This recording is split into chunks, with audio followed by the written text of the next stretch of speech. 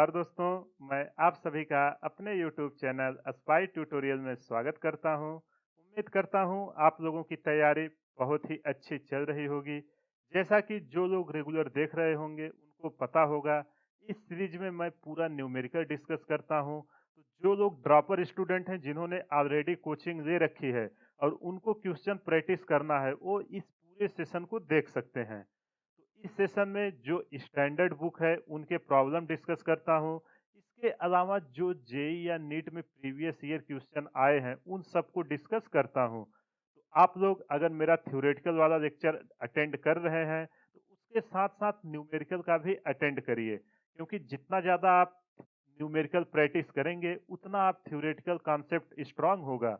और आप सभी को पता है, जेई हो या नीट हो, फिजिक्स में 95% केवल प्रॉब्लम्स ही पूछे जाते हैं। तो उसका प्रैक्टिस अभी से करना चालू कर दीजिए, क्योंकि एग्जाम में अब ज़्यादा टाइम नहीं बचा है। तो चलिए शुरू करते हैं आज का सेशन बिना टाइम वेस्ट किए हुए। देखो, सारा क्वेश्चन जो मैं जेई का ले रहा हूँ 2023 के से लेना शुरू कर रहा हूँ, क्योंकि 2024 में जो रिसेंटली एग्जाम में आए थे क्वेश्चन, उन सब का मैंने ऑलरेडी डिस्कस कर लिया है।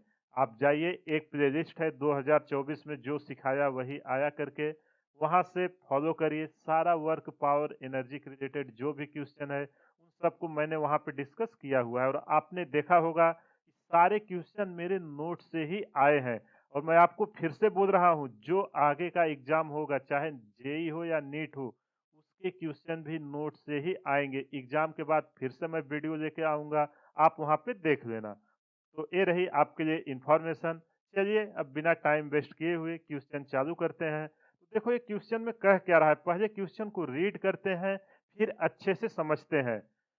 The ratio of power of two motor is 3 root x divided by root x plus 1 that are capable of raising 3 kg water in 5 minutes and 50 kg water in 2 minutes respectively from a well of 100 meter deep. The value of x will be। देखो, ये कितना easy question है यार, JEE main 2023 में पूछा गया है। अगर आपने मेरा, जब मैं वर्क पावर एनर्जी सिखा रहा था, पावर का लेक्चर अटेंड किया होगा, तो इसको आप इजीली कर ले जाओगे। तो चलो, इसमें बोल रहा है कि दो मोटर है, एक मोटर ए है और दूसरा मोटर का नाम दे देते हैं ए है, ठीक। यहाँ से लोग पानी निकाल रहा है और इस कुएं की जो गहराई है कितना दिया हुआ है, 100 मीटर दी है। मान लेते हैं एक कुआं है जिसमें 100 मीटर पानी लगा हुआ, पानी भरा हुआ है। इसमें दो मोटर चलाए जाते हैं। जब एक मोटर को चलाते हैं, वो 5 मिनट में 50 किलो पानी बाहर निकालता है। दूसरा मोटर है, वो 2 मिनट में ही 50 किलो पानी बाहर निकाल रहा है। उन दोनों की पावर का रेशियो आपको दिया हुआ है। इसमें एक्स की वैल्यू पूछ रहा है, एक्स कितना होगा। तो अब आप इस क्वेश्चन को कैसे अप्रोच करोगे? सबसे पहले इनका पावर निकालना पड़ेगा। इसको मान लेते हैं P1 और इसको P2। तो यहाँ लिख देता हूँ, P1 क्या है? P1 है पावर ऑफ फर्स्ट मोटर। देखो, जो जो डेटा दिया हुआ है ना, उसको लिख देते हैं। देखो, मेन कॉन्सेप्ट सीखिए, शांति से बैठ के 35 से 40 मिनट देखिए, सारा डाउट्स क्लियर हो जाएगा। और आपको पता है कि जो क्वेश्चन आएंगे वो फिर से इसी कॉन्सेप्ट पे रिपीट होंगे, केवल पूछने का तरीका चेंज होगा। Power of second motor. अब देखो क्या क्या दिया है, दो केस दिया है, ठीक है। दो केस दिया है। पहले केस में M1, M1 कितना पानी निकाल रहा है? 300। देखो, 300 पानी निकाल रहा है, 300 केजी 5 मिनट में। तो यहाँ M1 की वैल्यू 300 केजी, जो पानी का मास है। टाइम कितना दे रहा है? T1 equal to 5 minute. इसको सेकंड में कन्वर्ट करेंगे तो 1 मिनट में 60 सेकंड, 5 मिनट में कितने? 60 पंजे 300 सेकंड। और एच तो दोनों केस में सेम है, उसको सेम ही रखेंगे। दूसरा केस है M2, फिर 50 केजी पानी निकाल रहा है 2 मिनट में। तो M2 की वैल्यू कितनी है? 50 केजी। और अब टाइम कितना दे रहा है? T2 की वैल्यू अब है 2 मिनट। और इसको सेकंड में कन्वर्ट करेंगे तो कितना निकल के आएगा? 30 दूना 60 दूना 120, तो निकल के आएगा 120 सेकेंड। और एच की वैल्यू दोनों के लिए सेम है, कितनी दी है? 100 मीटर। और क्या रेशियो दिया है? P1/P2 की वैल्यू दी है, देखो ध्यान से इस क्वेश्चन में 3√x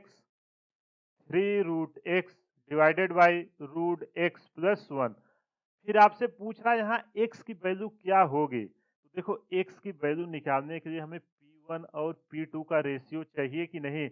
अगर आपने पावर का सेशन मेरा अटेंड किया होगा, वहां पे आपको पता होगा कि अगर कोई मशीन से हम पानी निकालते थे, P इक्वल टू क्या होता था, power equal to work done divided by time, जहां W आपका क्या है, वर्क डन, और कितने हाइट से निकाला जा रहा है उसका फार्मूला mgh। अगर किसी कुएं से पानी निकाला जा रहा था, ये आया फार्मूला पावर का, इसी का हम यूज करके दोनों का रेशियो इसके इक्वेट करेंगे तो हमें एक्स की वैल्यू इजीली मिल जाएगी। ये समझ में आया कि नहीं। अब चलिए हम W1, पहले हम P1 निकालते हैं। P1 equal to W1 by T1, तो M1 की वैल्यू क्या है 300, जी की वैल्यू दोनों में सेम रहेगी, तो चलो 9.8 पुट कर देते हैं। H कितने मीटर से आ रहा है, 100 मीटर से। टाइम कितना लग रहा है, टाइम देखो 300 सेकेंड। जब इसको सॉल्व करेंगे ये निकल के आएगा 2,94,000 जूल। ये हमें पहले मोटर की पावर पता चल गई कि 2,94,000 जूल, सॉरी ये पावर है ना। एक minute, P equal to W/T1 आया है। एक मिनट, यहाँ पे मैंने वर्क का डाल दिया, T से डिवाइड नहीं किया था। जब P1 इक्वल टू W1/T1 करेंगे ये निकल के आएगा 980 वाट। अगर किलोवाट में पूछे तो 0.98 किलोवाट की ये मोटर है।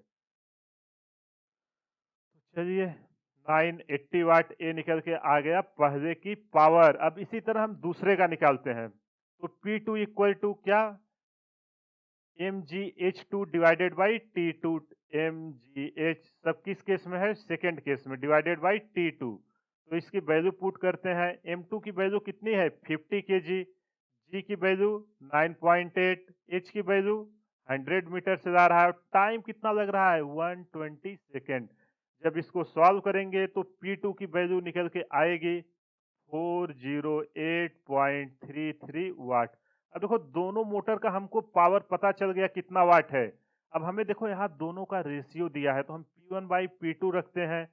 क्या दिया है, P1/P2। तो जब P1/P2 करेंगे, यहाँ पे P1 की वैल्यू कितनी आई है 980, और इधर P2 की वैल्यू कितनी आई है 408.33।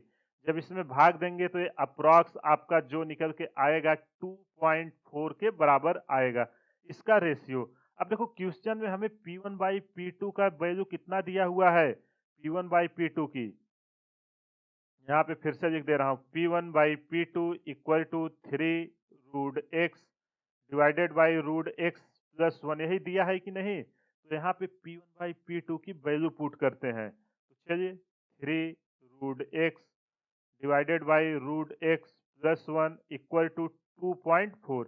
अब इसका क्रॉस प्रोडक्ट कराते हैं। क्रॉस प्रोडक्ट कराएंगे 3√x, इधर आएगा 2.4 इंटू √x, यही निकल के आएगा ना, प्लस 1 का 1 में 2.4 में करेंगे तो निकल के आएगा 2.4। अब देखो ये x जो √x दिया है सेम नेचर के हैं। √x मैं इधर कॉमन ले लेता हूँ और 2.4 को इधर लाता हूँ तो क्या हो जाएगा -3 माइनस 2.4 इक्वल टू, इधर क्या बचेगा 2.4। यहाँ से √x और 3 में से 2.4 जाएगा तो कितना बचेगा 0.6 √x डिवाइडेड इक्वल टू 2.4। यहाँ से √x की वैल्यू निकालेंगे, यहाँ ये मल्टीप्लाई है, इधर आएगा डिवाइड हो जाएगा, तो क्या निकल के आएगा, एक अंक पे है तो 6 चौके 24। अब दोनों तरफ आप स्क्वायर कर दीजिए तो x की वैल्यू निकल के आएगी 16, और ए रहा आंसर। कौन सा ऑप्शन सही हुआ, ऑप्शन ए सही हुआ। देखो कितना इजीली हमने इस क्वेश्चन को कर लिया। बस आपको दो अलग अलग केस दिया था, दोनों केस में पावर निकालना था और उनका रेशियो लेके जो क्वेश्चन में दिया था इसके इक्वेट करते हमें एक्स की वैल्यू निकल के आ गई। अगर आपको कहीं भी कुछ भी प्रॉब्लम है, आप वीडियो को एक बार पॉज करिए, फिर से देखिए, सारा डाउट्स आपका क्लियर हो जाएगा। चलिए अगला क्वेश्चन देखते हैं। देखो यार, एक क्वेश्चन बहुत ही कॉन्सेप्चुअल है जो मैं अभी आपके साथ डिस्कस कर रहे हैं, और आप देखिए एग्जाम में सारे कॉन्सेप्ट पे क्वेश्चन पूछे गए हैं और ऐसा एक भी कॉन्सेप्ट नहीं है जिसको मैंने डिस्कस ना किया है। तो चलिए इस क्वेश्चन को रीड करते हैं, फिर इसको सॉल्व करेंगे। तो इसमें है क्या, two bodies are having kinetic energy in the ratio 16:9 if they have same linear momentum the ratio of their masses respectively is। देखो इस सेम कॉन्सेप्ट पे मैंने क्वेश्चन लेक्चर में डिस्कस किया है।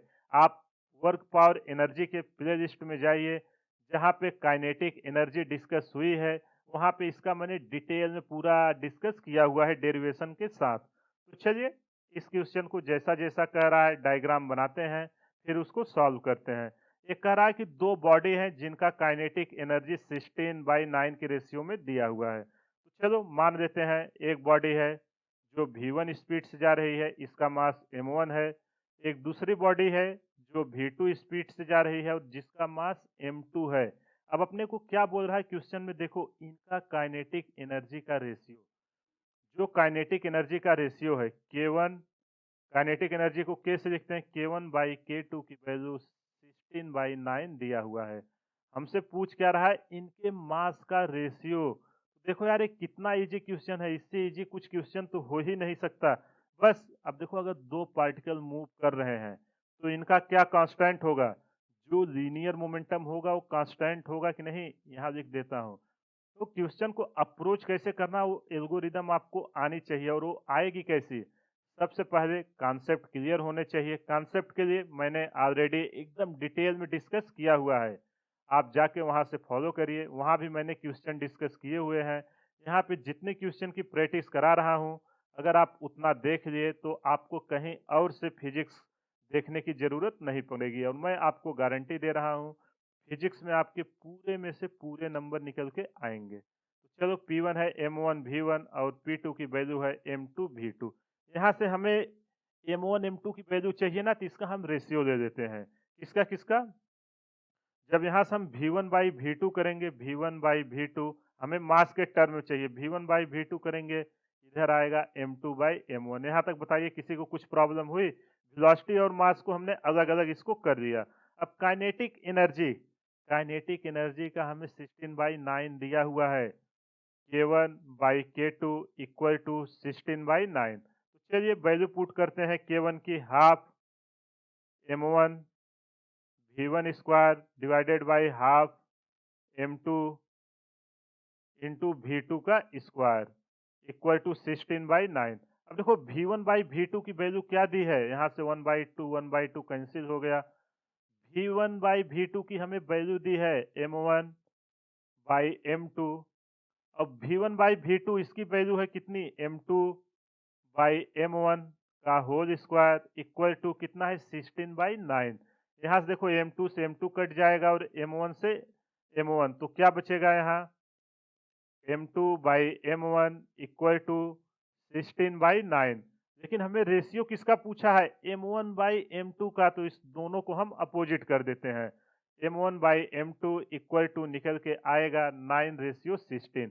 कौन सा ऑप्शन सही हुआ, ऑप्शन सी। देखो यार कुछ नहीं किया, अगर कोई पार्टिकल मूव कर रहा है, आपको पता है उसका लीनियर मोमेंटम कंजर्व रहता है, linear momentum equal to mass into velocity होता है, उसको लगाया, फिर काइनेटिक एनर्जी का यहाँ इक्वेशन लगाया, सीधा आंसर मिल गया। और सेम क्वेश्चन जब मैं कॉन्सेप्ट सिखा रहा था वहां पे डिस्कस किया हुआ है। चलिए अगला क्वेश्चन करते हैं, आपकी अंडरस्टैंडिंग और अच्छे से क्लियर होगी। देखो यार एक ये बहुत ही कॉन्सेप्चुअल क्वेश्चन है, इसको ध्यान से देखिएगा, और सेम कॉन्सेप्ट पे फिर से क्वेश्चन आने की प्रोबेबिलिटी बहुत ही ज्यादा है, और एक ये बहुत ही अच्छा क्वेश्चन पूछा था। चलिए क्वेश्चन को रीड करते हैं। देखो ये कह क्या रहा है कि दो स्टेटमेंट दिए गए हैं, एक एक स्टेटमेंट रीड करते हैं, फिर इन चारों में से कौन सा सही होगा उसको हम आइडेंटिफाई करते हैं। देखो पहला स्टेटमेंट है, a truck and a car moving with same kinetic energy are brought to rest by applying brakes which provides equal retarding force। देखो ध्यान से देखना जो जो डेटा दिया है, जब भी असर्शन रीजन का क्वेश्चन आए आप डेटा को केयरफुली रीड करना अभी से सीखिए, क्योंकि अगर अभी से प्रैक्टिस नहीं करोगे तो फाइनल में आप अच्छा नहीं कर पाओगे। बोल रहा है both come to rest in equal distance, ये रहा पहला स्टेटमेंट। दूसरा स्टेटमेंट है, a car moving towards east takes a turn and moves towards north, the speed speed remains unchanged the acceleration of car is zero. ये दो इसने statement देके उन पे दे दिया, क्या ऐसा है? फिर नीचे बोल रहा है कि जो ये चारों स्टेटमेंट दिए, चारों ऑप्शन दिए हैं, इसमें से कौन सा सबसे सुटेबल आंसर है? इसका अलग अलग है कि किसी में पहला स्टेटमेंट सही है, दूसरा रॉन्ग है। किसी में देखो इसमें बोल रहा है पहला सही है लेकिन दूसरा गलत है। यहाँ दोनों सही है, यहाँ दोनों गलत को बोल रहा है। तो चलिए एक एक करके हम एनालिसिस करते हैं, फिर इसको समझते हैं। देखो बहुत ही कॉन्सेप्चुअल क्वेश्चन है, अच्छे से समझिए। ये कह क्या रहा है, आपके पास एक ट्रक है। तो चलिए ट्रक को मैं ऐसे बना रहा हूँ, ठीक। एक ट्रक है और जिसकी काइनेटिक एनर्जी K1 मान लेते हैं। ये v स्पीड से जा रही है। कहाँ जा रही है? रोड पे जा रही है। कहीं भी जा रहे हैं भाई साहब, ट्रक लेके जा रहे हैं। बोल रहा है कि इस पे एक फोर्स लग रहा है पीछे की तरफ, फ्रिक्शन, जिसको नाम दे देते हैं F1। अब देखो अगर ये इस डायरेक्शन में मोशन कर रहा है और एक रिटार्डिंग फोर्स F1 लग रहा है, तो कुछ ना कुछ दूर जाके रुक जाएगी कि नहीं? बिल्कुल रुकेगी। तो जहाँ पे रुक गई, यहाँ पे ट्रक आ गया है आपका रेस्ट में।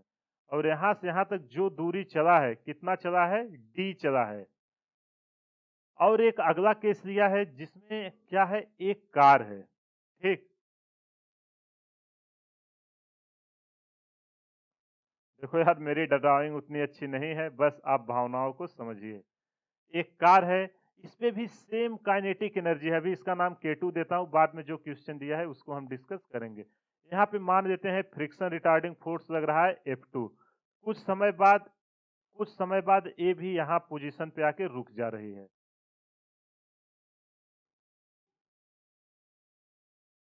ठीक है। यहाँ पे आके रुक गई है रेस्ट में। अब आपसे बोल रहा है कि जब ऐसे कंडीशन में आके रुकी, तो क्या इन दोनों के कारण जो दूरी चली गई वो सेम होगा कि नहीं? यहाँ पे बोला है K1 equal to K2 equal to K, मतलब सेम काइनेटिक एनर्जी है। और जो रिटार्डिंग फोर्स लग रहा है F1 equal to F2 equal to F, ये क्वेश्चन में दिया हुआ है। देखो same kinetic energy and same equal retarding force, तो क्या दूरी सेम आएगी? उस पे आपको कमेंट करना है। तो चलिए आप देखिए, जो इसकी एनर्जी है इस समय, अगर ये फ्रिक्शन लेस सरफेस है तो इसमें कौन सी एनर्जी है? केवल काइनेटिक एनर्जी है। Kinetic energy K equal to half mv square, यही आएगी ना। अब इसके बाद बोल रहा है जब रिटार्डिंग फोर्स इस पे लग रहा है, फ्रिक्शन फोर्स के द्वारा वर्क जो किया जाएगा। देखो अगर फ्रिक्शन जो रिटार्डिंग, देखो इस पे मेंशन नहीं किया है फ्रिक्शन है कि नहीं, केवल रिटार्डिंग फोर्स किया है, तो हम रिटार्डिंग फोर्स को मानेंगे। जो इस पे रिटार्डिंग फोर्स लग रहा है, अगर दोनों पे सेम लग रहा है, तो आपका ये क्या डिपेंड करेगा? This is because the distance required to stop an object depends on its kinetic energy. जो इन दोनों की एनर्जी है, एनर्जी तो दोनों की सेम है ना, E1 equal to E2 equal to E मान लेते हैं। जब काइनेटिक एनर्जी देखो हाफ एम वी स्क्वायर, दोनों में सेम बोल दिया है। और इन सब पे क्या है, इसका काइनेटिक एनर्जी ही इसके पास है। अब जब एनर्जी सेम है, अब देखते हैं इसको रोकने वाला भी अगर सेम है तो सेम दूरी पे ही जाके रुकेंगी। तो पहला स्टेटमेंट आपका क्या है? पहला स्टेटमेंट राइट है। जो ये स्टेटमेंट है राइट है। समझ में आया ना कि एनर्जी दोनों की सेम है। अब देखो यार, अगर दो आदमी सेम पावरफुल है और किसी एक फोर्स से दो या एक रस्सी से बांध के खींचो और वो रस्सी ढीली हो, कुछ दूर जा रहे हैं और आप किसी में बांधे हो, तो जहां जाके रुकेंगे तो दोनों के द्वारा तो सेम ही दूरी ट्रेवल की जाएगी। क्यों? क्योंकि दोनों में सेम एनर्जी है, सेम फोर्स से पीछे खींच रहे हैं। तो जहां जाके रुकेगा वो भी डिस्टेंस सेम होगा। यहाँ पे आपने इसको देख लिया। अब चलो स्टेटमेंट 2 की बात करते हैं। स्टेटमेंट 2 में बोल रहा है कि एक कार है, ठीक। एक कार है जो कहाँ जा रही है? ईस्ट की तरफ जा रही है। तो चलो इसको चेंज करते हैं कलर।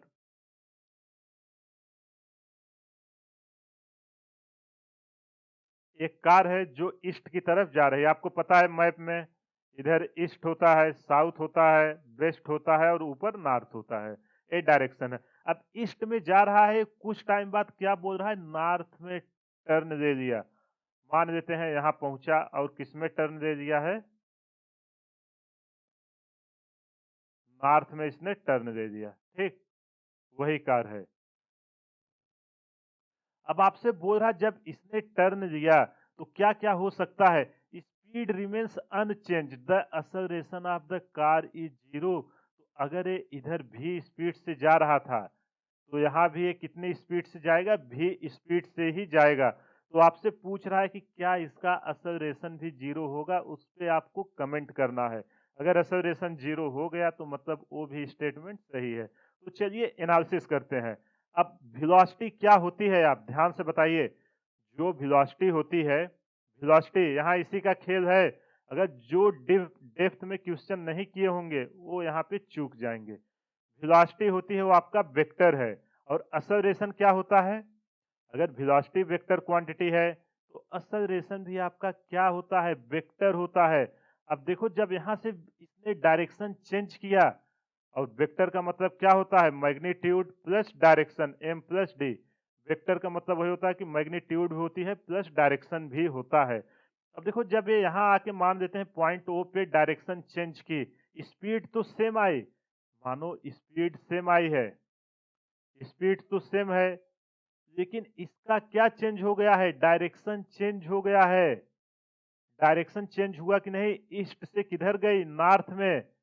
जब डायरेक्शन चेंज हुआ, अगर डायरेक्शन चेंज हुआ तो एक्सेलरेशन क्या है आपका? एक्सेलरेशन में भी चेंज आएगा कि नहीं? अगर डायरेक्शन चेंज हुआ तो किसमें चेंज आएगा? वेलोसिटी में चेंज आएगी, भले स्पीड सेम है। वेलोसिटी क्या है आपकी? वेक्टर क्वांटिटी है। वेलोसिटी में चेंज आई और जब वेलोसिटी में चेंज आई तो किस में चेंज आएगी? एक्सेलरेशन में भी। A equal to D V by D T. तो क्या एक्सेलरेशन आपका 0 होगा? अगर स्पीड कांस्टेंट है और सेम डायरेक्शन में होती तो एक्सेलरेशन 0 होता। देखो एग्जामिनर ने बहुत ही सोच समझ के इस क्वेश्चन को फ्रेम किया था। जिसकी अंडरस्टैंडिंग अच्छे से नहीं होगी, वो क्वेश्चन नहीं सॉल्व कर पाएंगे। यहाँ कर देता हूँ एक्सेलरेशन चेंजेस। देखो जिसकी अच्छे से अगर कॉन्सेप्चुअल क्लियरिटी नहीं होगी ना, वो इस क्वेश्चन को डेफिनेटली गलत करेंगे, क्योंकि उन्हें लगेगा स्पीड सेम बोला है और वो ये देखेंगे नहीं कि हाँ डायरेक्शन इसने चेंज किया है, और डायरेक्शन जैसे ही चेंज किया वेलोसिटी चेंज होगी, वेलोसिटी चेंज हुआ एक्सेलरेशन चेंज होगा, और इस केस में जो नेट एक्सेलरेशन है ए नेट, वो क्या आपका 0 के बराबर होगा? वो 0 के बराबर नहीं होगा। तो इसका मतलब स्टेटमेंट 2 क्या हो गया? रॉन्ग हो गया। तो कौन सा ऑप्शन सही हुआ? Statement first is correct but statement second is incorrect, option B. देखो बहुत ही कॉन्सेप्चुअल क्वेश्चन है। अगर आपको नहीं समझ में आया है, वीडियो को पॉज करिए, एक बार फिर से देखिए, सारा डाउट्स आपका क्लियर हो जाएगा। चलिए अगला क्वेश्चन करते हैं। देखो यार अभी मैंने इतने क्वेश्चन कर दिए हैं, अब आप पहले क्वेश्चन को खुद से ट्राई कीजिए। अगर क्वेश्चन नहीं सॉल्व हो रहे हैं तो मैंने एक प्लेलिस्ट बना के रखा हुआ है वर्क पावर एनर्जी का, वहां से जाके सारा कंटेंट देखिए, सारा डाउट्स आपका क्लियर हो जाएगा।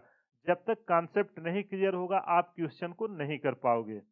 आई होप आपने क्वेश्चन को ट्राई कर लिया होगा। अगर आपसे सॉल्व हुआ तो बहुत ही अच्छी बात, नहीं हो रहा है तो फिर मैं कर रहा हूँ, यहाँ से आप मिलाइए और देखिए कि आपसे गलती कहाँ पे हो रही है। तो चलिए इस क्वेश्चन को रीड करते हैं। इसमें कह क्या रहा? A bullet of mass 0.1 KG moving horizontally with speed 400 metre पर second hits a wooden block of mass 3.9 kg kept on a horizontal rough surface. The bullet gets embedded into the block and moves 20 meter before coming to rest. The coefficient of friction between the block and the surface. देखो बहुत ही easy question है। इसका concept मैंने जब work power energy आपको सिखा रहा था वहां पे ऑलरेडी डिस्कस किया हुआ, सेम टाइप का प्रॉब्लम वहां पे डिस्कस किया हूं, और इसी कॉन्सेप्ट पे जेईई मेन ने 2024 में फिर से क्वेश्चन पूछा था। इसलिए इस कॉन्सेप्ट को अच्छे से सीखिए। चलिए जैसे जैसे जो कह रहा है उसको हम बनाते हैं। कह रहा है एक बुलेट है जिसका मास है 0.1 केजी। तो चलिए ये रही बुलेट। एक गोली है जिसका मास दिया है 0.5 केजी। किस स्पीड से जा रही है बुलेट? आपका 400 मीटर पर स्पीड से जा रही है, 400 मीटर पर सेकंड के स्पीड से जा रही है। आगे बोल रहा है कि एक वुडन ब्लॉक है, ठीक है, मान लेते हैं यहाँ एक वुडन ब्लॉक रखा हुआ है एक स्मूथ सरफेस पे। ये बुलेट इसमें आके टकरा जा रही है, इसमें आके अंदर घुस गई, ठीक, यहाँ पे अंदर आ गई है।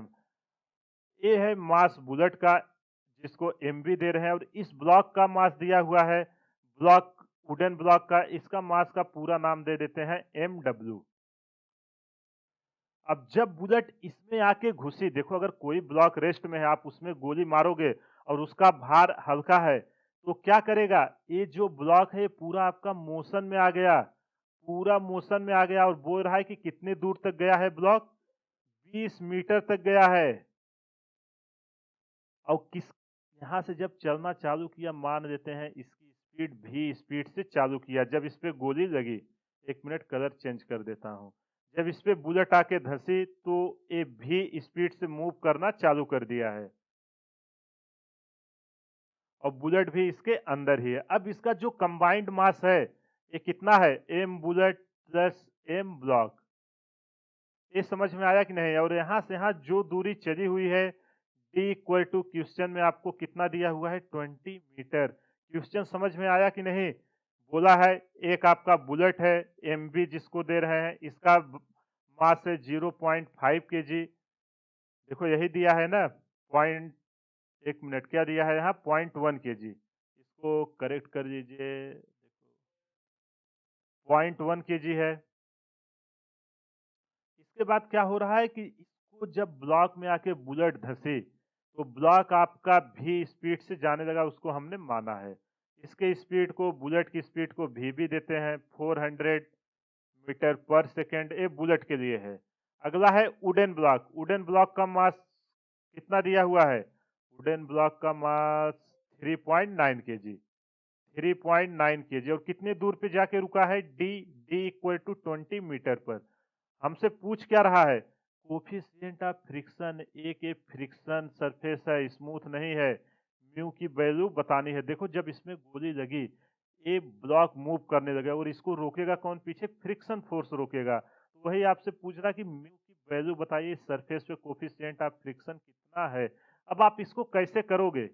अगर आपने मेरा सारा सेशन अटेंड किया होगा, इस कॉन्सेप्ट पे मैंने ऑलरेडी 4 से 5 क्वेश्चन डिस्कस किए हुए हैं। आपको अगर कॉन्सेप्ट में कहीं प्रॉब्लम है, एक बार आप जाके उसको देखिए, नहीं तो पूरे सेशन भर आपको प्रॉब्लम्स आने वाली है। तो चलिए, अगर कोई ब्लॉक किसी दूसरे ब्लॉक से टकराता है, तो वहाँ पे क्या कंजर्व होता है? जो आपका मोमेंटम है, वो क्या होगा? मोमेंटम कंजर्व होता है। तो मोमेंटम आपका P I equal to P final, और मोमेंटम का फार्मूला क्या होता है? P equal to mass into velocity. तो चलिए इसका फार्मूला लिखते हैं। और इसको हम कर क्यों रहे हैं? क्योंकि जैसे हम कंजर्वेशन ऑफ मोमेंटम लगाएंगे, हमको एक फाइनल वेलोसिटी मिल जाएगी। इसको नाम दे देते हैं V F. M B, V B equal to, अब देखो यहाँ टोटल मास कितना है इस ब्लॉक का जब इसमें घुस के गोली चालू हुई? टोटल मास, इस बुलेट का मास प्लस इस ब्लॉक का जो खुद का मास है इनटू फाइनल वेलोसिटी। सारा डेटा हमें दिया हुआ है, हमें भी फाइनल चाहिए। यहाँ पे एम बी की वैल्यू पुट करते हैं 0.1, वी बी की वैल्यू है 400 divided by total mass 0.1 plus 3.9, ये हो जाएगा 4 और ये हो जाएगा 40। जब इसको सॉल्व करेंगे, भी फाइनल निकल के आएगा 10 मीटर पर सेकेंड की स्पीड से ए ब्लॉक मूव करना चालू कर दिया। जब इसमें गोली लगी तो ये ब्लॉक 10 मीटर पर सेकेंड की स्पीड से मूव करना चालू कर दिया। अब अगला क्या कह रहा है? अगला statement, block will come due to friction, block comes rest. जो आपका ब्लॉक है, अगर वो मोशन करना चालू किया, रेस्ट किसके कारण रेस्ट में आ गया है? Due to friction. जो उस पे फ्रिक्शन लग रहा है, फ्रिक्शन फोर्स, तो उसका कोफिशिएंट पूछा है। तो चलिए यहाँ से हम क्या लगाएंगे? देखो हमें मास पता है, वेलोसिटी पता है, फाइनल में रेस्ट में आ जा रही है, तो हम वर्क एनर्जी थ्योरम लगाएंगे, उससे आंसर निकालने में सबसे इजी होगा। तो चलिए वर्क एनर्जी थ्योरम लगाते हैं। वर्क एनर्जी थ्योरम क्या कहता है आपका? Net work done equal to change in kinetic energy, उसी को यहाँ पे लगाते हैं।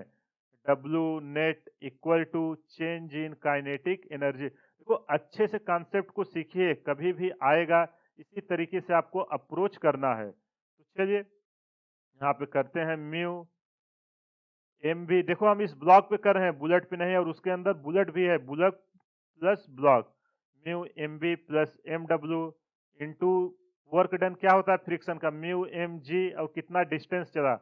Mu M G D. ये इतना आपका हुआ म्यू एम जी फ्रिक्शन की वैल्यू हुई, फ्रिक्शनल फोर्स, और ये कितना डिस्टेंस चला? वर्क आ गया equal to half final M B plus M W का होल स्क्वायर। काइनेटिक एनर्जी होता है ना हाफ एम वी स्क्वायर और भी फाइनल का स्क्वायर। यहाँ पे हमने क्या लिया था भी फाइनल लिया है तो भी फाइनल का स्क्वायर माइनस जब रेस्ट में आ गया है तो कितना हो जाएगा, वो तो जीरो हो जाएगा, उसका कोई मतलब नहीं।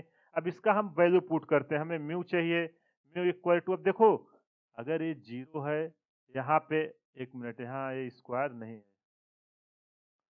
एम बी से ये पूरा मास दोनों तरफ कैंसिल हो गया कि नहीं, इधर बचा क्या, इधर केवल बचा है आपका हाफ, वही बचा है ना हाफ इंटू भी फाइनल की स्पीड कितनी आई है 10 मीटर पर सेकेंड स्क्वायर, इसका स्क्वायर डिवाइडेड बाय यहाँ पे मल्टीप्लाई है जी डी, उधर जाएगा क्या हो जाएगा डिवाइड हो जाएगा, जी की वैल्यू है 10 और डी की वैल्यू है 20।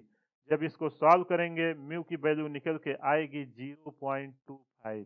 ये हुआ आंसर। कौन सा ऑप्शन सही हुआ 0.25, ऑप्शन बी। देखो कुछ नहीं किया, हमें जैसे जैसे क्वेश्चन में बोला था हमने वैसा यहाँ पे डायग्राम बनाया। देखो आपने अगर डायग्राम एक्यूरेटली बना लिया क्वेश्चन गलत होने का चांसेस बहुत ही कम हो जाता है, क्योंकि सारी चीजें आपको दिखने लगती हैं।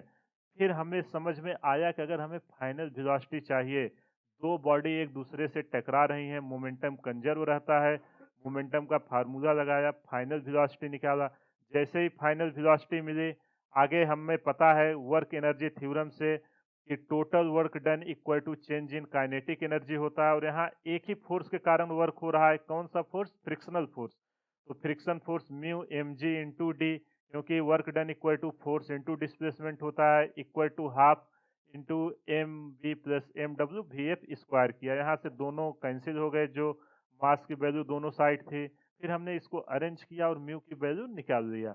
अगर आपको नहीं समझ में आया वीडियो को एक बार पॉज करिए, फिर से देखिए, सारा डाउट्स आपका क्लियर हो जाएगा। चलिए अगला क्वेश्चन देखते हैं। ये भी क्वेश्चन जेई मेन 2023 में पूछा गया है। तो देखो सारे क्वेश्चन जो भी पूछे गए हैं, ऐसा एक भी कॉन्सेप्ट नहीं है जो मैंने डिस्कस नहीं किया है। इस कॉन्सेप्ट पे भी मैंने ऑलरेडी 3 से 4 क्वेश्चन कराए हैं। आप जाके एक बार उस सेशन को देखिए, सारा डाउट्स क्लियर हो जाएगा। चलिए इस क्वेश्चन को पहले आप खुद से ट्राई कीजिए।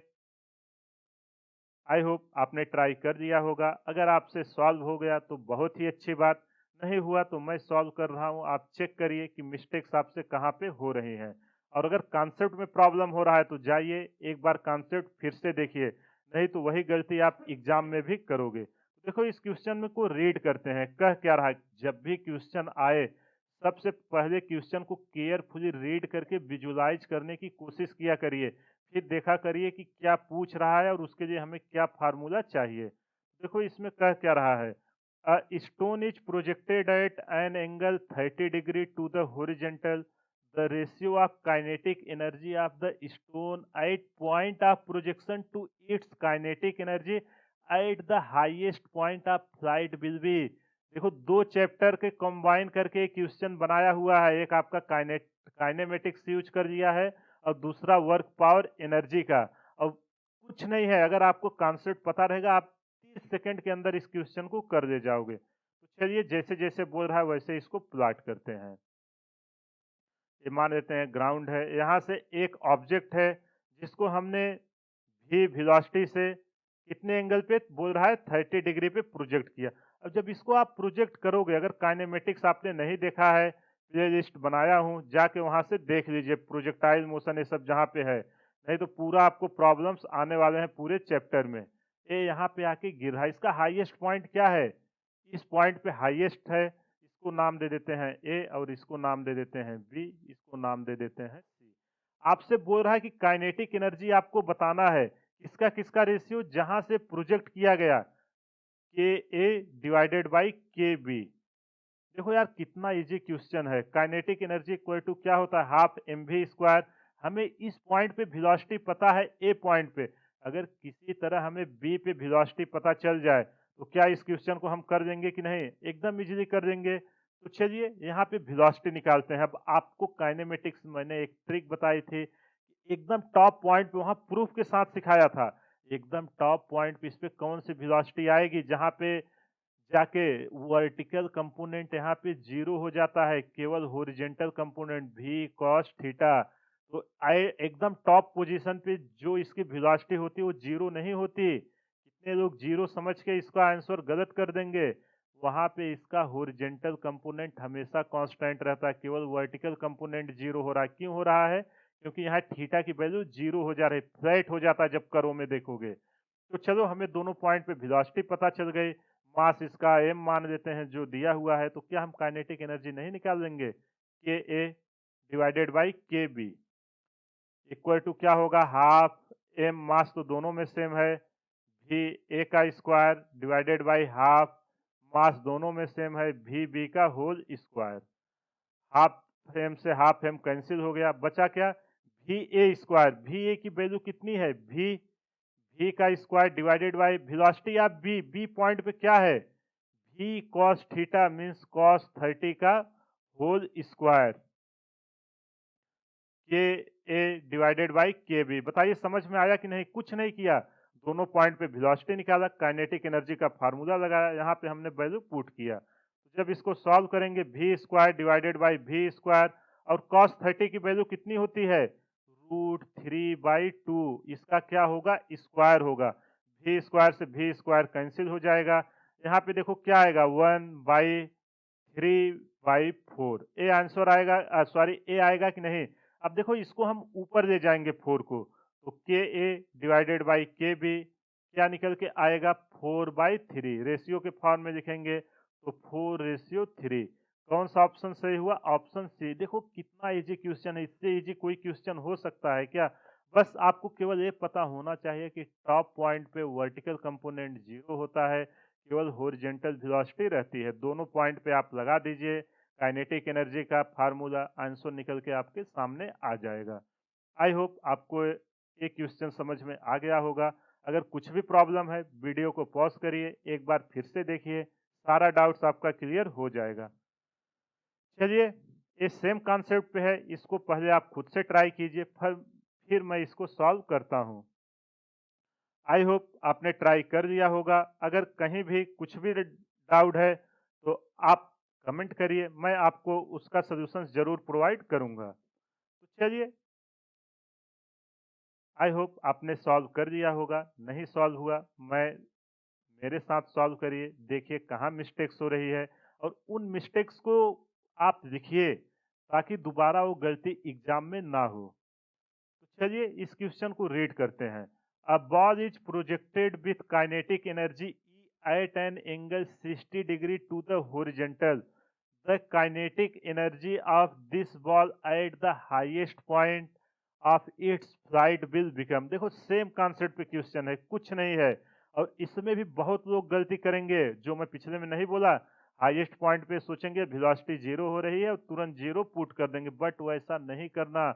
प्रोजेक्टाइल में मैंने कॉन्सेप्ट आपको सिखाया था, वहां पे हॉरिजॉन्टल वेलोसिटी हमेशा कांस्टेंट रहती है। तो चलिए इसका पहले डायग्राम बनाते हैं। ये आपका एक ग्राउंड है, जहाँ पे एक पार्टिकल है जिसको भी वेलोसिटी से कितने एंगल पर? 60 डिग्री पे प्रोजेक्ट किया जा रहा है। जब इसको प्रोजेक्ट करेंगे, कुछ दूरी पे यहाँ पे आके ये गिर रहा है। ये इसका रहा टॉप मोस्ट पॉइंट, इसको नाम देते हैं ए, इसको नाम दे देते हैं बी। अब जब इसको हम यहाँ रिजॉल्व करेंगे तो ये वेलोसिटी क्या निकल के आएगी एकदम टॉप पॉइंट पे? अगर ये भी वेलोसिटी से गया है तो ये आएगा भी कॉस 60 डिग्री। ये वेलोसिटी कांस्टेंट रहेगी, ए से सी के बीच आप कहीं भी देख लो। अब हमें बोल रहा है कि जब इसको हमने प्रोजेक्ट किया, यहाँ पे एनर्जी कितनी है? ई एनर्जी है। तो आपसे पूछ रहा है कि काइनेटिक एनर्जी इसके हाईएस्ट पॉइंट जो बी माना है यहाँ पे कितना होगा? तो इसको नहीं निकालोगे, कुछ नहीं करना है, वही सेम जो पिछले में हमने किया था। काइनेटिक एनर्जी किस पॉइंट पे पूछ रहा है? बी पॉइंट पे।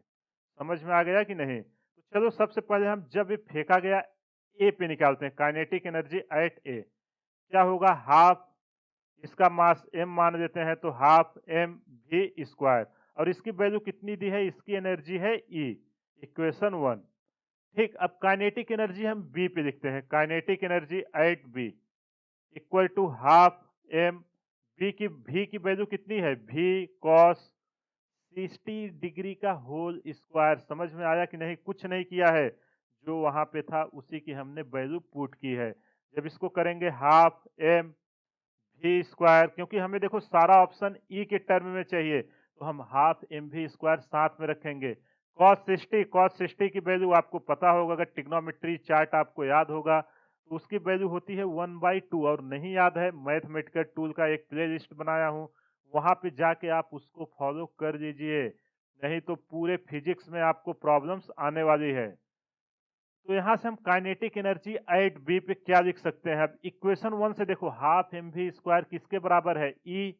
और जब 1/2 का होल स्क्वायर करेंगे क्या निकल के आएगा? E/4। कौन सा ऑप्शन सही हुआ? Option C. कुछ नहीं करना था, बस आपको इसका प्रोजेक्शन लेना था, और हाईएस्ट पॉइंट पे वर्टिकल वेलोसिटी 0 होती है, केवल हॉरिजॉन्टल वेलोसिटी रहती है। फिर हमें ए पे एनर्जी दी हुई थी, equal to half M V square, वहां से हमने इसको अरेंज किया, फाइनल आंसर निकल के आया E/4। आई होप आपको समझ में आ गया होगा। अगर कहीं भी कुछ भी प्रॉब्लम है, आप वीडियो को पॉज करिए, एक बार फिर से देखिए, सारा डाउट आपका क्लियर हो जाएगा। चलिए अगला क्वेश्चन करते हैं, जेईई मेन 2023 का। देखो यार, एक ये बहुत ही अच्छा क्वेश्चन और बहुत ही कॉन्सेप्चुअल है। इस क्वेश्चन को अच्छे से देखिए, पहले तो आप खुद से ट्राई कीजिए।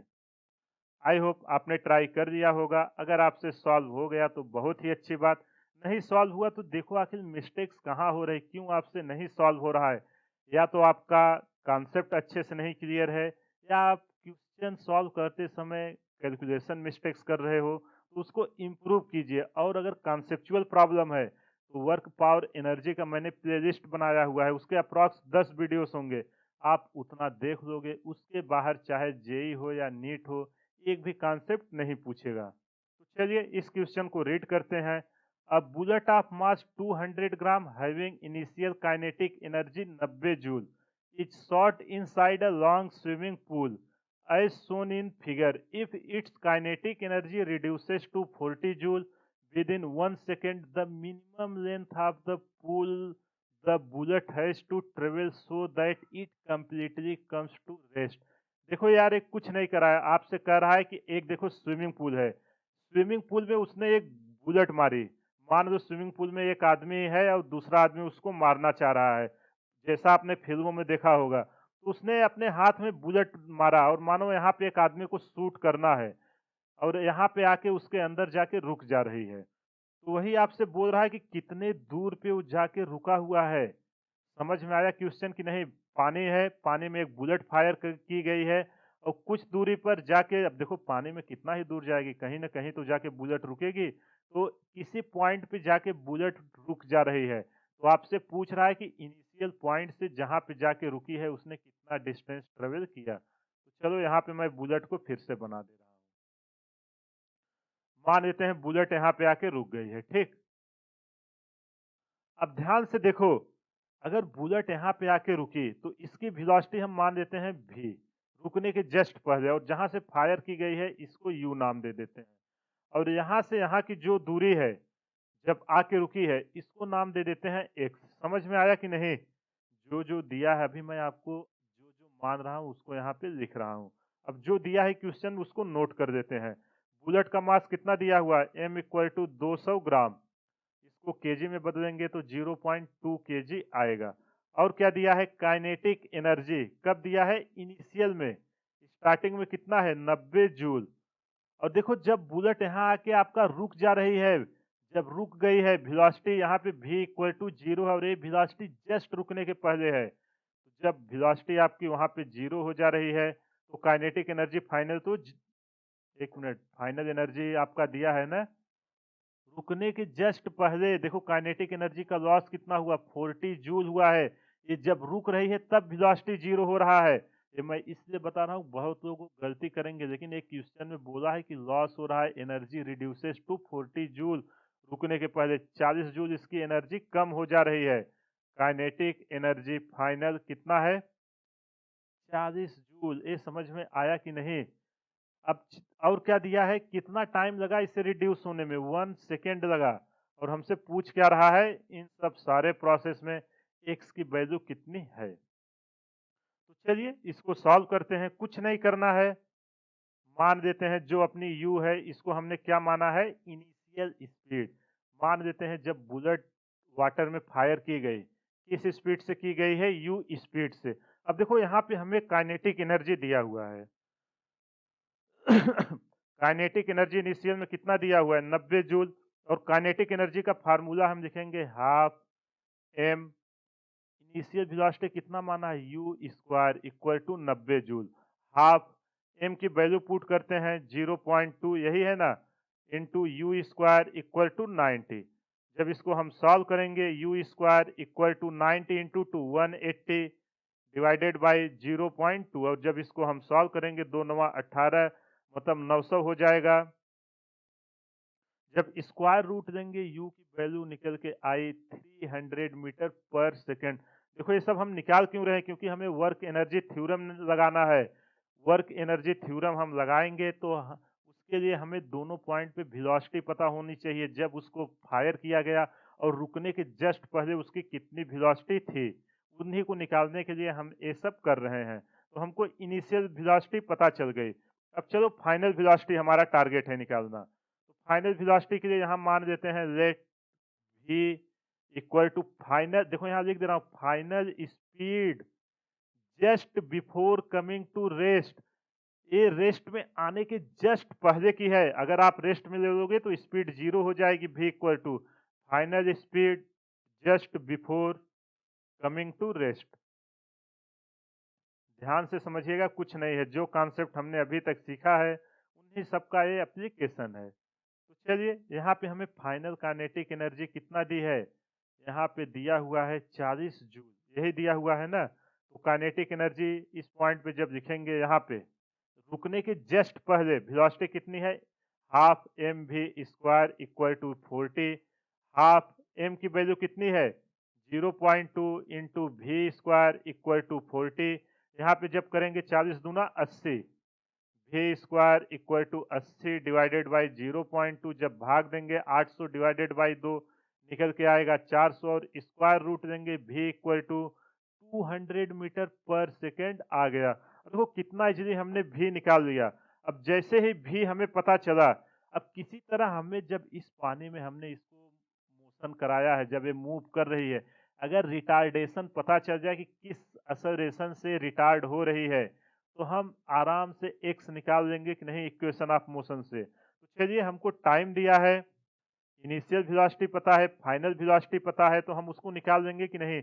जब आपका रिटार्डेशन हो रहा है, एक्सेलरेशन यहाँ किधर लगेगा, जब इस पे फायर की है, एक्सेलरेशन पीछे की तरफ लगेगा। तो यहाँ पे जब हम v इक्वल टू यू, अब एक्सेलरेशन और वेलोसिटी एक दूसरे के अपोजिट हैं, तो ये निगेटिव आएगा, ए टी। v की वैल्यू हमको कितना दिया हुआ है, एक मिनट, ये 20 आएगा ना यार, अगला कितना है, ये 30 आएगा, इसको करेक्ट कर देना। v equal to U minus A T. अब v की वैल्यू कितनी आई है, v की वैल्यू स्पीड है 30, यही आई है ना। एक मिनट, जब हम केवल इस ब्लॉक का कंसीडर कर रहे हैं, यहाँ पे फिर से डालते हैं, ए को हमने अभी ले लिया है, v की वैल्यू है 20, 20 इक्वल टू 30 माइनस ए, और t की वैल्यू है कितनी, t की वैल्यू है आपकी 1 सेकेंड। यहाँ से a की वैल्यू निकालेंगे, देखो हमने माइनस साइन लिया है, इसलिए a प्लस में आएगा, आप प्लस में लोगे तो a माइनस में आता। जब इसको सॉल्व करेंगे,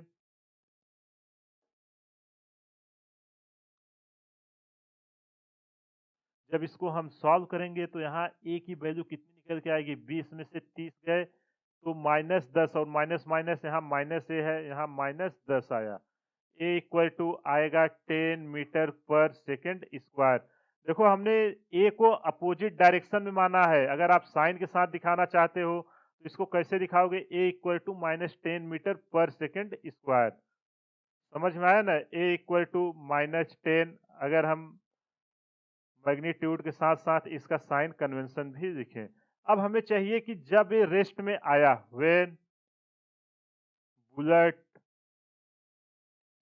कम्स टू रेस्ट, जब आपका बुलेट रेस्ट में आ गया तो इसका वेलोसिटी क्या हो गया है, v इक्वल टू 0।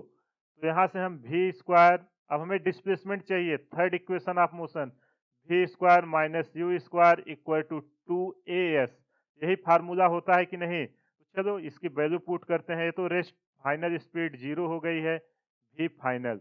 अब यहाँ यू स्क्वायर क्या होगा दिया है, ध्यान से आप देखो। यू स्क्वायर की वैल्यू है 30 माइनस 30 का स्क्वायर इक्वल टू 2 इंटू ए की वैल्यू कितनी है -10 इंटू एस की वैल्यू हमने कितना माना है एक्स।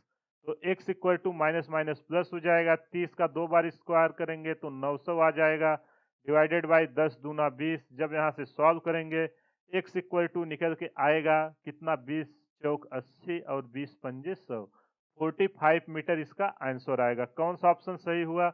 ऑप्शन ए सही हुआ। कुछ नहीं करना था, हमें 2 पॉइंट पे काइनेटिक एनर्जी दिया हुआ था। एक इनिशियल स्पीड उसको यूज करके निकाले, दूसरा जस्ट रुकने के पहले उसकी हमने वेलोसिटी निकाला। जैसे इन सब का हमें पता चल गया फाइनल और इनिशियल स्पीड, तो वो किस एक्सेलरेशन से रिटार्ड हो रहा था, मतलब एक्सेलरेशन उसके अपोजिट काम करेगा तभी तो जाके रुकेगी, क्योंकि वाटर उस पर रेजिस्टेंस लगा रही है। तो यहाँ से हमने इक्वेशन ऑफ मोशन का first equation v equal to U plus A T जो होता है, यहाँ हमने ए को अपोजिट डायरेक्शन में लिया था, इसलिए ए को माइनस में रखा है। आप प्लस में रखोगे तो यहाँ माइनस में आंसर आता, बट हमने डायरेक्शन के साथ रखा था। फिर यहाँ ए की वैल्यू -10 मीटर पर सेकेंड स्क्वायर। फिर अब फाइनल लगाते हैं, एक्स कितना दूर गया जब बुलेट रेस्ट में आ गई, तो फाइनल स्पीड तो 0 हो जा रहा है जब बुलेट रेस्ट में आई। यू की वैल्यू 30 का स्क्वायर ये सब दिया हुआ था, सॉल्व किए, एक्स की वैल्यू निकल के आई 45 मीटर।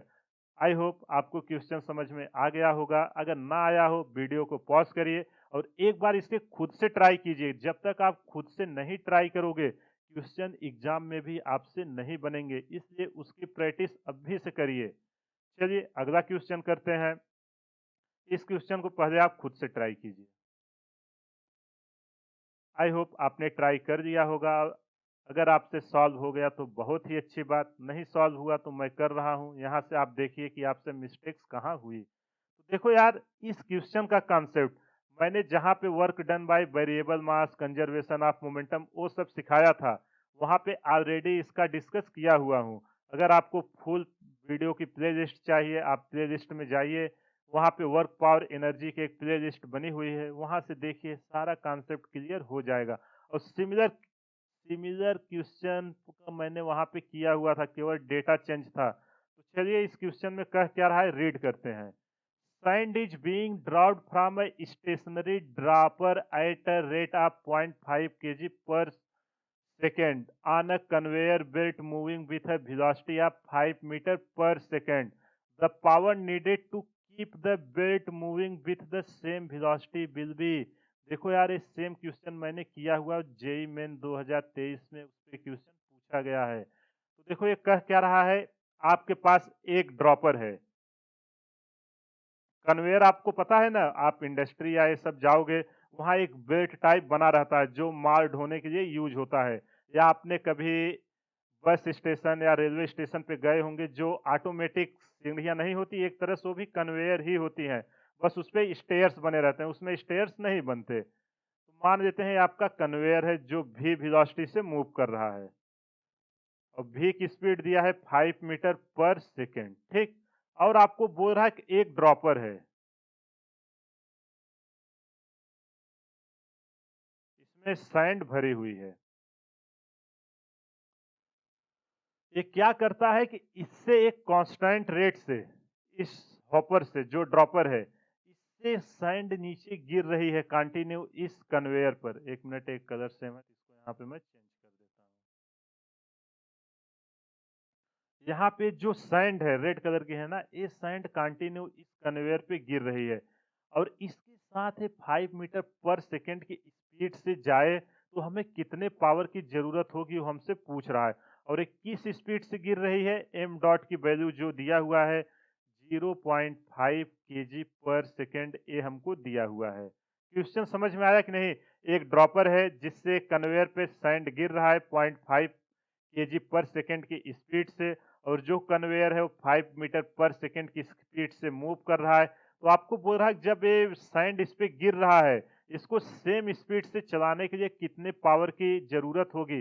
अब देखो यार, आपने वो लिफ्ट ये सब देखा होगा ना, जो स्वचालित सीढ़ियाँ रहती हैं, वो उसको कोई मोटर तो चला रही होती है, आप नीचे जब स्टैंड हो जाते हो ऑटोमेटिक ऊपर पहुँचा देती है। ऐसे ही कन्वेयर होते हैं इंडस्ट्री में, एक जगह से दूसरी जगह पे सामान ले जाने के लिए।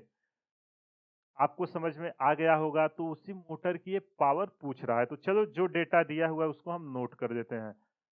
मास फ्लो रेट m/t की वैल्यू दी है 0.5 केजी पर सेकेंड, और क्या दिया है? स्पीड, स्पीड कितनी होनी चाहिए? 5 मीटर पर सेकेंड। और हमसे पूछ क्या रहा है, इसका पावर कितना होगा? देखो यार, ये कितना इजी क्वेश्चन है। P इक्वल टू हम क्या लिखेंगे? F इंटू भी। यही होता था इंस्टेनियस पावर, अगर किसी समय पे पूछा जाए। अगर हमें किसी तरह फोर्स की वैल्यू मिल जाती है, तो हम आराम से पावर निकाल सकते हैं कि नहीं? तो अगर आपको याद होगा, मैंने वेरिएबल मास में जब लॉ ऑफ मोशन आपको सिखाया था, वहाँ पे एक, जब कंजर्वेशन लीनियर मोमेंटम सिखाया था, एक फार्मूला सिखाया था। अगर नहीं याद है तो आप जाइए प्ले लिस्ट में, लॉ ऑफ मोशन में, उसको एक बार देख लीजिए, सारा डाउट्स आपका क्लियर हो जाएगा। वहाँ पे था V D M by D T, और इसको जब करेंगे V M by T. V था आपका वेलोसिटी, और एम था मास, और टी था टाइम, कितने समय में वो गिर रहा है। तो कितना फोर्स इस पे लगाएगा? वी की वैल्यू है 5, एम बाई टी की वैल्यू कंबाइंड दिया है 0.5। जब इसको सॉल्व करेंगे, ये आएगा 2.5, और यूनिट क्या आएगी? केजी मीटर पर सेकेंड स्क्वायर। तो कितना फोर्स इस पे लग रहा है? 2.5 केजी मीटर पर सेकेंड स्क्वायर की स्पीड से फोर्स इस पे लग रहा है। अब हमें इंस्टेनियस पावर चाहिए। Instantaneous power equal to P F vector into V vector, means force into velocity. Force कितना लगा है? 2.5, और वेलोसिटी कितनी है? किस स्पीड से जाना चाहिए? 5। जब इसको सॉल्व करेंगे 25 में, 2.5 इंटू 5, ये निकल के आएगा 12.5 वाट। क्या निकल के आया? पावर। तो हमें कितने वाट की मोटर चाहिए? 12.5 वाट की मोटर चाहिए इस स्पीड से इस कन्वेयर को चलाने के लिए। आई होप आपको क्वेश्चन समझ में आ गया होगा। अगर कहीं भी कुछ भी प्रॉब्लम है, आप वीडियो को एक बार पॉज करिए, खुद से देखिए, सारा डाउट्स आपका क्लियर हो जाएगा। तो ये रहा आज के सेशन के 8 इंपॉर्टेंट क्वेश्चन। इन क्वेश्चन को एक बार आप फिर से करना, क्योंकि जेई मेन अभी जो इसका फेज 2 एग्जाम होगा या नीट हो, इन्हीं सब कॉन्सेप्ट पे फिर से क्वेश्चन आएंगे। तो देखो, मेरा क्वेश्चन कराने का मेन मोटो रहता है आपको कॉन्सेप्ट डिटेल में समझाना। एक बार आप क्वेश्चन अच्छे से सॉल्व करना समझ गए, एग्जाम में आप डेफिनेटली अच्छा कर लोगे। तो चलिए, इसी के साथ आज का सेशन समाप्त करता हूँ। फीडबैक जरूर दीजिए, ताकि हमें पता चले कि जो मैं आपको कंटेंट प्रोवाइड कर रहा हूँ आपके लिए यूजफुल है कि नहीं, या इसमें हमें क्या इम्प्रूवमेंट करने की ज़रूरत है। वो जब तक आप लोग फीडबैक नहीं दोगे, तब तक हमें पता नहीं चलेगा। और अगर आप हमारे चैनल को फॉलो कर रहे हैं फिजिक्स, तो मैं आपको गारंटी दे रहा हूँ, आप पूरा फॉलो करिए वीडियो। जो एक प्रैक्टिस सेशन यहाँ पे चलता है, इसको देखिए। इसके अलावा एक कॉन्सेप्ट जहाँ पे मैं सिखाता हूँ, कॉन्सेप्ट प्लस क्वेश्चन, उस सेशन को फॉलो करिए। फिजिक्स में आपका एक सिंगल क्वेश्चन भी नहीं रुकेगा। अगर आपको यकीन ना हो, आप देख सकते हैं कि जो जेईई मेन 2024 का पेपर हुआ है, वो सारे क्वेश्चन हमारे नोट से ही आए थे। उसका मैंने प्लेलिस्ट बनाया हुआ है। अगर आपको लग रहा है कि मैं आपको ऐसे ही बोल रहा हूँ, तो आप वहाँ पे जाके चेक कर सकते हो। ऐसा एक भी क्वेश्चन नहीं था जो नोट्स के बाहर आया हो। और अभी तक हमने 7-8 चैप्टर डिस्कस किए हैं। आने वाले एग्जाम तक हम लोग 50% अप्रॉक्स जो क्लास 11 की फिजिक्स है वो कवर ही कर देंगे। इसलिए आप अच्छे से सारे सेशन को अटेंड कीजिए। और जो ड्रॉपर स्टूडेंट हैं, वो लोग प्रैक्टिस सेशन को तो जरूर देखें, क्योंकि जितना क्वेश्चन आप प्रैक्टिस करोगे, आपका कॉन्सेप्ट में क्लियरिटी उतना ज़्यादा आएगी। तो चलिए, इसी के साथ आज का सेशन समाप्त करते हैं। अगर आप चैनल पर पहली बार आए हैं, तो चैनल को सब्सक्राइब कर दें, बेल आइकन को ऑन कर दें, ताकि मैं जैसे ही कोई वीडियो डालूं, सबसे पहले आप तक नोटिफिकेशन आए। और अगर आपको इस पीडीएफ का नोट्स चाहिए, आप टेलीग्राम ग्रुप को ज्वाइन कर लीजिए। हर वीडियो के डिस्क्रिप्शन में मैं लिंक प्रोवाइड कर देता हूं, वहां से आपको सारा नोट्स मिल जाएगा। तो चलिए, इसी के साथ सेशन समाप्त करते हैं। हमारे चैनल को ज़्यादा से ज़्यादा शेयर करें, सब्सक्राइब करें व लाइक करें। Thank you.